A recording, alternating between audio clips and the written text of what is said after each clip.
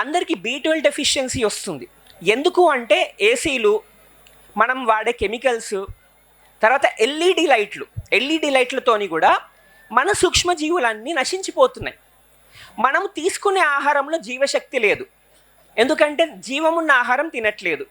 కెమికల్గా పండించిన ఆహారం తింటాము, దాంట్లో ఆ జీవం ఉండదు, ప్రాణశక్తి ఉండదు. తర్వాత వంట చేసే పరిస్థితులు ఎట్లుంటాయంటే ప్రెషర్ కుక్కర్లో వండుతాము, దాంట్లో జీవం నశిస్తుంది. ఫ్రిడ్జ్లలో పెడతాము, దాంట్లో ఇంకా జీవం నశిస్తుంది. ఇప్పుడు మనం ఫ్రిడ్జ్లో పోయి కూర్చుంటే ఏమవుతుంది, మన జీవశక్తి కోల్పోతాం. అట్లా మనం వండిన వస్తువులు పెడితే ఏమవుతుంది, వంట చేసినప్పుడే జీవం తగ్గింది, దాన్ని ఇంకా ఫ్రిడ్జ్లో పెడితే ఏమవుతుంది, ఇంకా జీవం నశిస్తుంది. కూరగాయలు కానీ పండ్లు కానీ ఏది కానీ ఫ్రిడ్జ్లో పెట్టకూడదు. మళ్ళీ దానికి ఏంటి పరిష్కారం అంటే, ఒక పెద్ద కుండ తీసుకోండి, ఒక చిన్న కుండ తీసుకోండి, వాటి మధ్యలో కొబ్బరి పీచు వేయండి. పాతకాలంలో ఇసుక వేసేవాళ్ళు, ఇప్పుడు ఇండ్లల్లో ఇసుక వేయడానికి బరువు ఉంటుంది కాబట్టి ఆ నీళ్లు కూడా నిలవద్దు, తేమని మాత్రమే తీసుకోవాలి. సో కొబ్బరి పీచు వేస్తే ఆ కుండల మధ్యలో దాంట్లో నీళ్లు పోసినప్పుడు కుండలో ఉన్న కూరగాయలు 10 రోజులు కూడా అంటే ఎండలు, మే నెలలో ఎండలు కూడా తీవ్రమైన ఎండలో కూడా లోపల కూరగాయలు మాత్రం 10 రోజులు కూడా చెడిపోవు. మనకి ఇప్పుడు ఎట్లాగో సంతలు ఉన్నాయి, దగ్గర అన్ని కూరగాయలు దొరుకుతున్నాయి, సేంద్రియ వ్యవసాయంలో పండించే వాళ్ళు ఎంతోమంది అందుబాటులో పెడుతున్నారు. సో అట్లాంటి కూరగాయలు మనము వారానికి 2 సార్లు తీసుకున్నా సరిపోతుంది. ఒకవేళ మీకు ఎక్స్టెంట్ కావాలి, టైం దాని షెల్ఫ్ లైఫ్ ఎక్స్టెండ్ కావాలి అంటే కుండలో భద్రపరచుకోండి. చాలా కూరగాయలు అసలు మీరు ఫ్రిడ్జ్లో పెట్టే అవసరమే లేదు, కానీ అలవాటు ప్రకారంగా అన్నీ పెట్టేస్తున్నారు. రవ్వ కానీ, బియ్యం కానీ, పప్పులు కానీ అన్నీ ఫ్రిడ్జ్లో పెట్టేస్తున్నారు. మనం తినేది పిప్పే, దాంట్లో జీవశక్తే ఉండదు.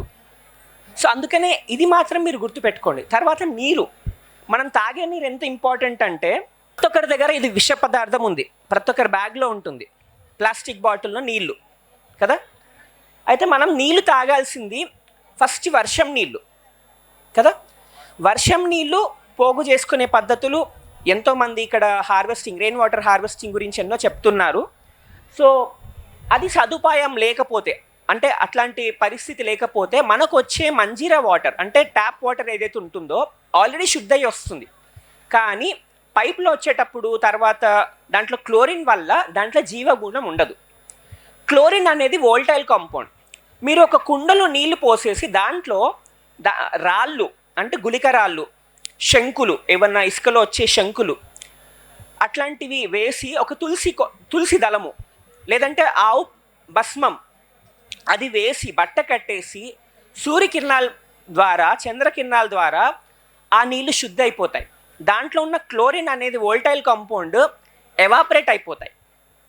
సో ఇంకా దానికి మించి శుద్ధి చేసే అవసరమే పడదు మీకు. ఇంకా దాంట్లో జీవం తెప్పియాలి అంటే మీరు ఎవరన్నా జలాశయం అంటే ఒక చెరువు దగ్గర నీళ్లు తాగే అంటే ధైర్యం ఉందా? ఇప్పుడున్న చెరువు దగ్గర లేదు, ఎందుకంటే దాంట్లో కాలుష్యం అంతా మనం వాడే కెమికల్స్ వల్ల అదంతా కాలుష్యం అయిపోతుంది.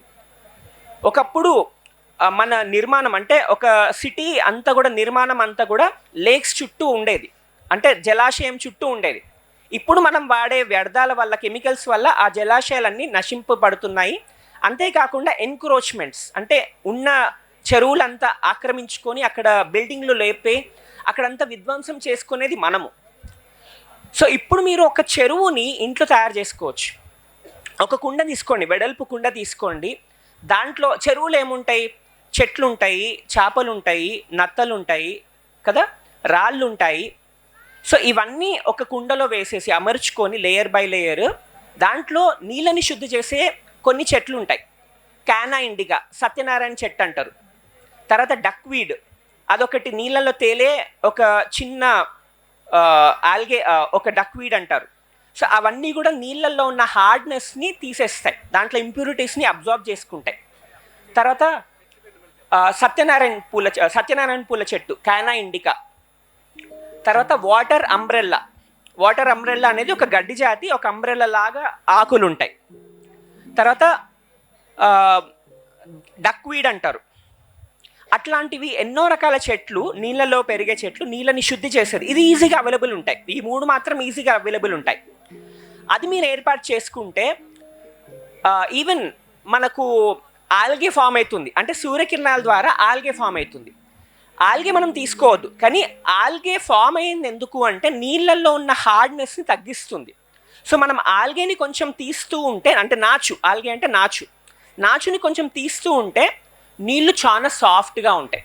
ఒకవేళ ఆ నాచుని కూడా మీరు బ్రేక్ డౌన్ చేసుకోవాలి అంటే ఒక గాజు పాత్రలో ఆ నీళ్లు, అంటే నాచు పదార్థము తోని తయారైన నీళ్లు గ్రీన్ కలర్ ఉంటే కూడా మీరు బాటిల్లో ఎయిర్ టైట్ పెట్టేస్తే ఆ నాచు అంతా కింద సెటిల్ అయిపోయి పైన క్లియర్ వాటర్ వస్తుంది. మీరు మెల్లగా వంపుకుంటే ఆ క్లియర్ వాటర్ మీరు తాగొచ్చు.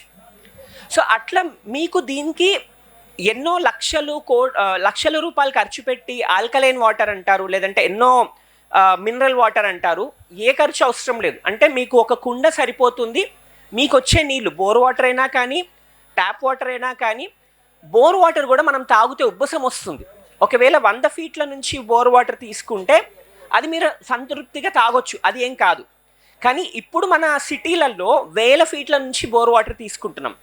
ఈ నీళ్ళు ఎక్కడికి వెళ్ళి వస్తున్నాయి? వర్షం నీళ్ళే కదా, ఆకాశం నుంచే వస్తుంది. కానీ భూమి మీద పడిన తర్వాత కింద వెళ్తూ ఉంటే మినరల్ మెటల్ బెడ్ రాక్ అది కండెన్స్ అవుతూ ఉంటుంది. అంటే నీళ్ళల్లో ఉన్న మినరల్ కాంపౌండ్స్, అంటే వర్షం నీళ్ళల్లో TDS 0 ఉంటుంది, సటిల్ ఫ్రీక్వెన్సీస్ అన్నీ ఉంటాయి, మినరల్స్ అన్నీ ఉంటాయి. అది మనం భూమి మీద పడినప్పుడు స్టోన్స్, అంటే అక్కడ ఉన్న వనరులు, ఆ మైక్రో ఆర్గానిజమ్స్ వల్ల ఆ ఫ్రీక్వెన్సీస్ అబ్జర్వ్ చేసుకుంటాయి. దాంట్లో టేస్ట్ అంతా ఆ సాయిల్ టేస్ట్ వస్తుంది. అదే నీళ్ళు భూమికి చీల్చుకొని పోయినప్పుడు అది భారీగా తయారవుతుంది. అందుకనే ఆ 1000 ఫీట్ల నుంచి మనం తీసుకున్న నీళ్ళు ఎట్లయితే బెడ్ రాక్స్ అంత హార్డ్ ఉంటాయో, పైన హ్యూమస్ అంత సాయిల్ ఉంటుందో, అంత సటిల్ ఉంటుందో, దానికి అంత తీవ్రంగా కండెన్స్ అయ్యి కింద బెడ్ రాక్ ఉంటుంది. సో అక్కడి నుంచి మనం తోడిన నీళ్ళు హెవీ ఉంటుంది. సో అది సాఫ్ట్ కావాలి అంటే సూర్యకిరణాలు, తర్వాత చెల్ల గింజలు ఉంటాయి, ఇందుపుకాయలు, అది వేస్తే కూడా దాంట్లో ఉన్న కోఆగులేషన్ ప్రాపర్టీ వల్ల నీళ్ళల్లో ఉన్న హార్డ్నెస్ సాఫ్ట్ అయిపోతుంది. మరిన్ని అప్డేట్స్ కోసం బ్యాక్ టు రూట్స్ యూట్యూబ్ ఛానల్ని సబ్స్క్రైబ్ చేసుకోండి.